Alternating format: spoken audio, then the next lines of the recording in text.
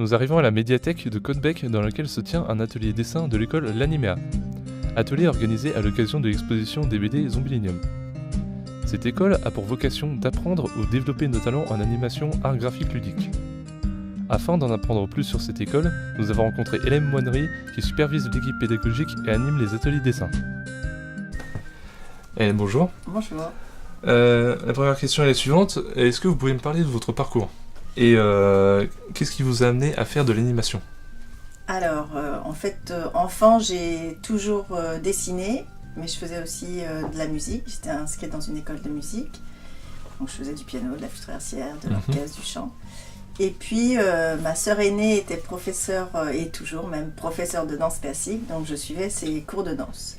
Donc je suppose que tout ce cursus vous a motivé à créer cette école, puisqu'il n'existait que 2 écoles, comme vous dites, d'animation en France. Ça vous a ensuite motivé pour créer l'Animéa. Vous pouvez m'en parler ? Alors, bon, il y a eu pas mal d'étapes. Effectivement, à l'époque, 2 écoles. Moi, je suis sortie des Gobelins à un moment donné où il y avait un boom industriel de la production de dessins animés en France. Donc là, ça a été une explosion au niveau de la production sur le territoire.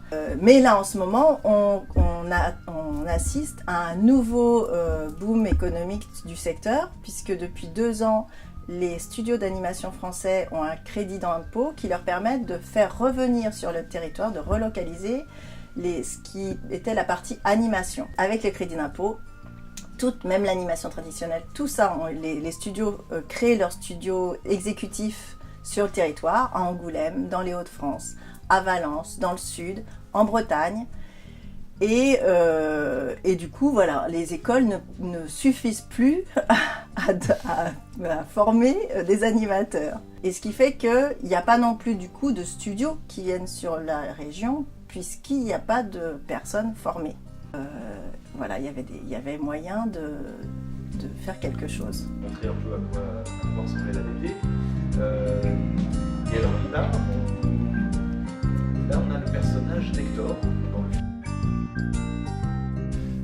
Comment a évolué votre visibilité depuis la création de votre école il y a 2 ans, comme vous dites, et par rapport à maintenant, visibilité, je parle par rapport au nombre de personnes qui s'intéressent. Alors en chiffres, je pourrais pas vous dire, j'ai pas vraiment calculé le nombre de personnes. Non, j'ai pas fait les comptes, pas encore, qui s'intéressaient, mais on a eu la première page du Paris-Normandie, donc ça a été un gros coup de projecteur et ça a fait jusque sur tout le territoire. Et même en allant à Annecy au mois de juin l'année dernière, je rencontrais des gens, des professionnels du milieu, mais qui sont pas en Normandie, qui mais j'ai entendu parler, oui, de l'école qu'elle allait ouvrir. Bon, c'est aussi mais d'où voilà.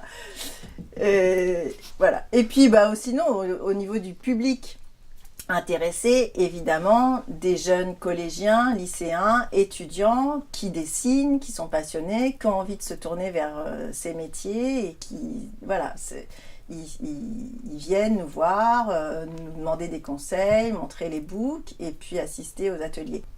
Donc les ateliers que vous proposez sont vraiment ouverts à tout type de personnes, c'est pas fermé, c'est vraiment tout le monde. Tout le monde. C'est la 2e année que j'ai organisé un programme de stage, donc je les appelle workshops, c'est des formations de 2 jours, donc soit 12 heures intensives sur un sujet précis, que ce soit le carré design. Alors carré design, c'est le dessin de personnages, le décor, dessin de décor, en trait ou en couleur, de l'animation, pour l'instant 2D, parce que voilà, il va falloir qu'on investisse en matériel, le scénario, le storyboard, l'animation stop motion. Et régulièrement, il y a ce que j'appelle les trainings. Les trainings, c'est l'entraînement régulier du dessinateur. Ça, c'est un exercice qu'on doit faire même de manière hebdomadaire. Pour l'instant, je suis qu'à un rythme d'1 par mois, mais quand on aura l'école, là, les étudiants auront vraiment une séance hebdomadaire de dessin avec modèle vivant, nu ou en costume. Là, c'est vraiment le travail du croquis, de l'anatomie, assurer son trait, son coup de crayon, et puis la connaissance du corps humain dans le mouvement. Voilà, c'est des séances de 2h30 à chaque fois. Voilà. Très bien. Bien, Hélène, merci beaucoup pour tout le temps que vous nous avez accordé et je vous souhaite bonne chance pour la suite, pour vous et votre école. Merci beaucoup. Merci.